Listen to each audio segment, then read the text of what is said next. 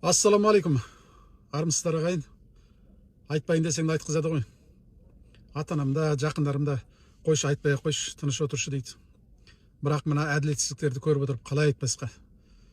Қалай үндемей отырасың қарап? Ақыры билік дегеніне жетіп 15 наурызда референдум өткізетін болып жатыр. Референдумға 21 миллиард теңге ақша бөліпті. Енді өзі бюджетте ақша тапшы деп айтып жатыр.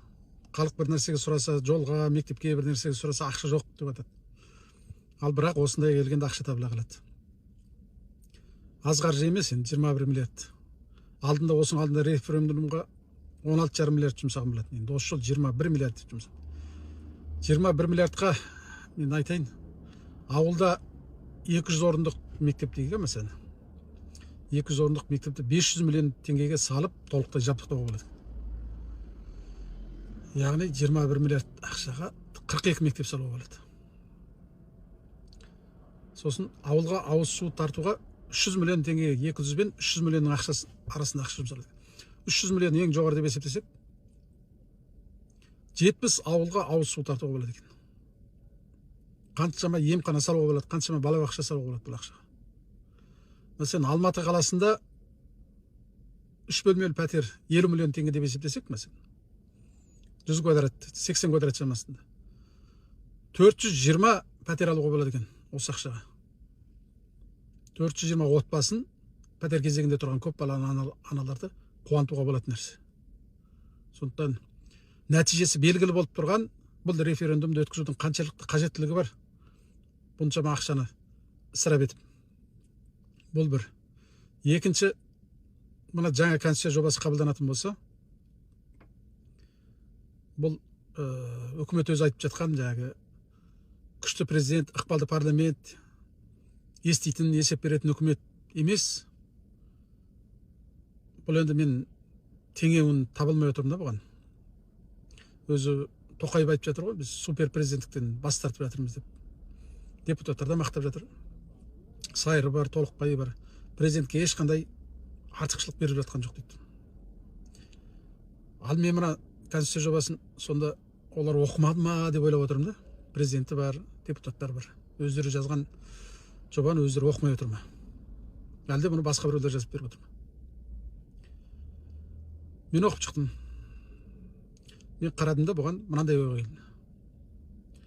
Жерде супер президенттік дегеннің өзі аздығы дегенде екен мынаған. Бұл жерде президентке берген артықшылықтарды көріп отырып, бұның өзі аздығы деді. Өте дейін деп айтайын десем, өтенің өзі аз болатын сияқты. Қазақ тілінде бұған теңін таппай отырмын. Сондықтан мен бұған өте супер президент деп айтайын деп отырмын. Сосын жаңағы керең, естімейтін үкімет, қауқарсыз, әлсіз құрылтай, сосын дәрменсіз халық. Сондай болайық деп тұрмыз ғой біз енді, егер мына жаңа конституция жобасы қабылданатын болса.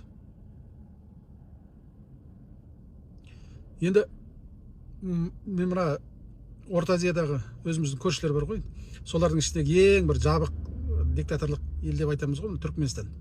Соның конституциясын қарадым мен салыстырмалы түрде, оларда қандай екен деп. Сөйтсем оларда меджлис және халық мәслихаты деген екі орган бар екен. Сол меджлис дейді жаңағы, егер президент конституцияны және заңдарды бұзса, сол меджлистің 1/3 депутатының бастамасымен президентке импичмент жариялауға мүмкіндік бар екен. Ол бір. Екінші, жаңа барлық күштік құрылым органдарының басшыларын президент сол меджлиспен сосын кейбіреуін жаңағы халық мәслихатымен, келісіммен тағайындайды екен. Көрдіңіз бе? Президенттікке тағайындайды деген сөз жоқ ол жерде. Ал біздің жаңа конституция жобасын қараңыздаршы. Бүкіл жаңағы билікті тағайындау ол президенттің құзыретінде екен. Президент өзі тікке тағайындайды екен, ешкімнің келісімсіз. Мына құрылтайдың да ендігі болатын. Келісімсіз тағайындайды. Тек үкіметтің төрағасын ғана құрылтайдың келісімімен тағайындайды екен. Құрылтай 2 рет одан бас тартса, құрылтайдың өзін президент таратып жібереді екен. Сонда көрдіңіз бе? Президентте бүкіл мүмкіншілік бар. Бүкіл күш бір адамның қолында. Бірақ осынша құзырет бола тұра, президент еш нәрсе үшін жауап бермейді екен. Олар өзі тағайындаған адамдардың біліксіздік үшін де, олардың жемқорлық үшін де, еш нәрсе үшін де жауап бермейді. Тіпті өзінің қызметін асыра пайдаланса да, президент қылмыс жасаса да, заңды бұзса да, конституцияны бұзса да, президент жауапкершілікке тартылмайды екен бізде. Тек қана отанға опасыздық жасаса дейді. Сонда ғана жауапкершілікке тартылады екен. Сонда мына заңды бұзғаны, өзіне тапсырылған мемлекеттің мүлкін бұзғаны, ұрласа, жырласа, қылмыс жасаса, соның өзі отанға опасыздық емес пе, әрберден соң. Тіпті мынау сайлау алдында берген уәдесін орындамаудың өзі отанға опасыздық болып саналады ғой. Халыққа опасыздық, берген уәдесін орындамағанның өзі. Сонда бұны қалай деп түсінуге болады? Мен мынаны қысқаша былай суреттедім де және. Былай тұжырымдауға болады екен және. Түсінікті болу үшін. Мәселен, сіз ауылдан қалаға келіп бір үй салмақшы болдыңыз. Қалаға келіп балаңызды жақсы мектепте оқыту үшін және көзіңізде қалаға келіп жақсы жұмыс жасайын деп қаланың шетінен бір жер алдыңыз да соған үй салмақшы болып бір құрылыс компаниясымен ба болмаса бір шағын жаңағындай бір фирмамен келістіңіз де соның басшысымен жаңағы бригадир дейміз ба сомен келістіңіз де соған қаражатын бердіңіз. Алдын ала ол ауаны салды, қаражатын бердіңіз. Сосын жаңағы оған астына көлік бердіңіз сіз жүріп тұруына. Қасына күзет қойдыңыз. Сосын жаңағы барлық құрылыс материалдарын алып бердіңіз. Ал ол бригадиріміз қайтеді? Жаңағындай сізден сол ақшаны алып, жағдайын жасап алғанмен қоймай, сіздің жаңағы алып берген құрылыс материалдарыңызды жақын туыстарына ұрлатады жаңағындай. Жырлатады, солар алады.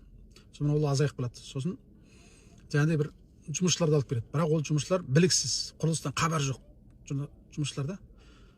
Олар да ұрлайды жаңағы. Сосын сіздің арматураңыз, цементіңіз ұрлайды, кірпішіңіз ұрлайды, азайып қалады сонымен ол. Арматураңыз мүлдем жоқ. Сатып жібереді. Қытайға өткізіп жібереді, темірге, металломға.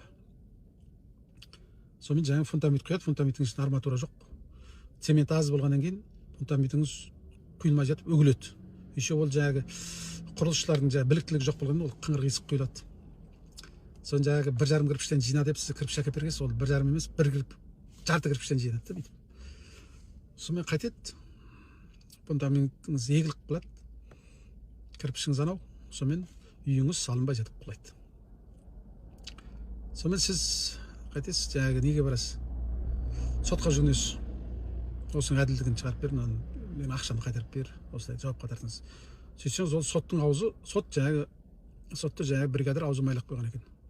Ол соның адамы екен. Сол сот оның пайдасына шешіп береді де сізді жығынды қалады.